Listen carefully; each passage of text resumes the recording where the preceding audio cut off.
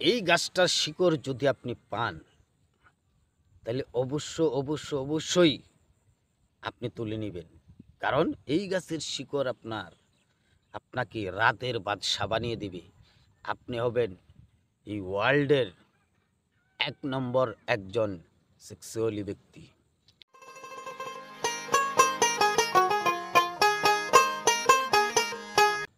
আসসালামু আলাইকুম। ওয়ালাইকুম আসসালাম রহমতুল্লাহি ওয়া বারাকাতুহু। হুজুর, আপনার অনেক ভিডিও অবশ্য আমরা দেখছি, বা ভিডিওর ভিতরে অনেক সুন্দর সুন্দর কথা বলছেন। আজকে সুন্দর একটা আমি কথা আপনার কাছে জিজ্ঞাবো। অবশ্যই আমার দর্শকদের জন্য অবশ্যই আপনি এই কথাটার মীমাংসা দিবেন। স্বামী স্ত্রী মিলামিশার সময় আমি নাম শুনছি কোনো একটি গাছ কোমরে বা মুখের ভিতরে দিয়ে থুইলে বা জিবার নিচে থুইলে রাতের বাদশা হওয়া যায়। আসলে এটা কি জিনের বাদশা, না আসলে স্বামী স্ত্রীর ভিতরে যে মিলনের ভালোবাসা হয়, যে মিল মহব্বত হয়, তারই বাদশা? আসলে এই জিনিসটা আমাকে একটু ভেঙে দিবেন, যে আসলে এই গাছটা খাবো না ব্যবহার জিবার ভিতরে রাখবো না কোমরে বেঁধে রাখবো। হুম, আপনি দয়া করে একটু পরিষ্কার করে দেবেন আসলে কোন গাছটা। ধন্যবাদ আপনাকে।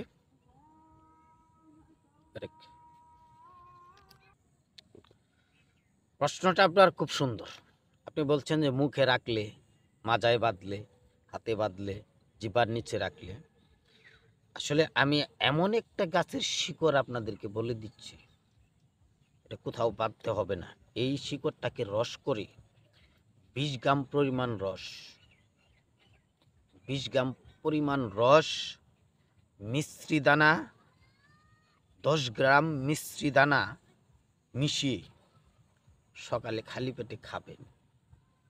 আর রাত্রে স্বামী স্ত্রী উভয়ে যখন আপনারা মধুর মিলনে চলে যাবেন, তখন বিশ্বাস রাখেন যে আপনি যতক্ষণ চাইবেন ততক্ষণ এনজয় করতে পারবেন। আল্লাহ তাআলা গাছলার এমন ক্ষমতা দিয়েছে। তবে হ্যাঁ, সেই গাছটা হতে হবে আফলা। আফলা মানে বুঝতে পারছেন? জি, যেই গাছে এখন পর্যন্ত ফল ফুল কিছু ধরে নাই। ধরে নাই, সেটাকে বলে আফলা। সেই আফলা গাছের আপনার শিকড়টা নিতে হবে। সেই শিকড়টা নিয়ে আপনি ২০ গ্রাম রস বানিয়ে ১০ গ্রাম মিশ্রি দানা দিয়ে আপনি এটা খালি পেটে সেবন করবেন। আর রাতের বেলা আপনি মধুর মিলনে চলে যাবেন। মধুময় হতে থাকবে, মধুর চেয়ে মধুর মতো লাগবে, সুখের পর সুখ আসবে, সুখের পর সুখ চলতে থাকবে ইনশাআল্লাহ তাআলা।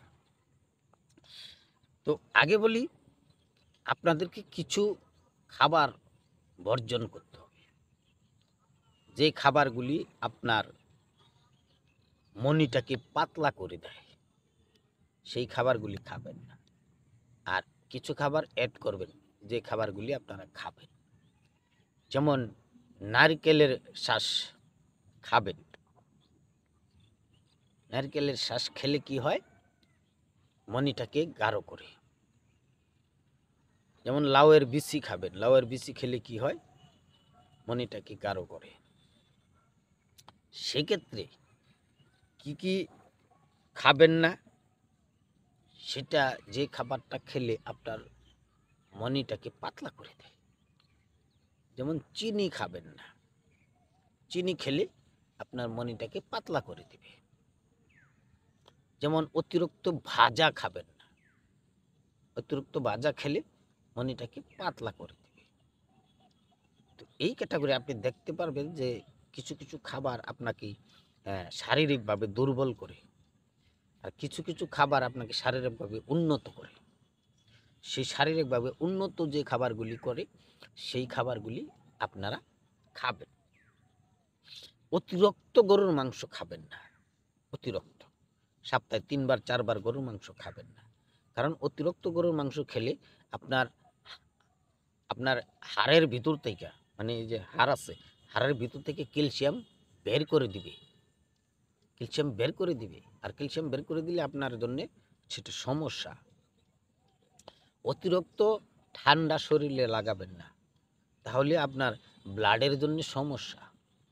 সেই কথাগুলি আমি আশা করি আপনারা কথাগুলি মানবেন, কথাগুলি বুঝবেন, কথাগুলি শুনবেন। তখন আসেন কি গাছটা আপনারা আফলা নিবেন। সেই গাছটা হলো তেলাকুচা গাছ। সবাই আমরা চিনি তেলাকুচা গাছ, আফলা। আর সেই গাছের শিকড়, সেই গাছের শিকড়, সেই গাছের শিকড় নিয়ে রস, মানে থেতলে রস তৈরি করে 20 গ্রাম রস বের করতে হবে। 20 গ্রাম রস বের করে 10 গ্রাম মিশ্রি দানা। মিশ্রি দানা কোথায় পাবেন?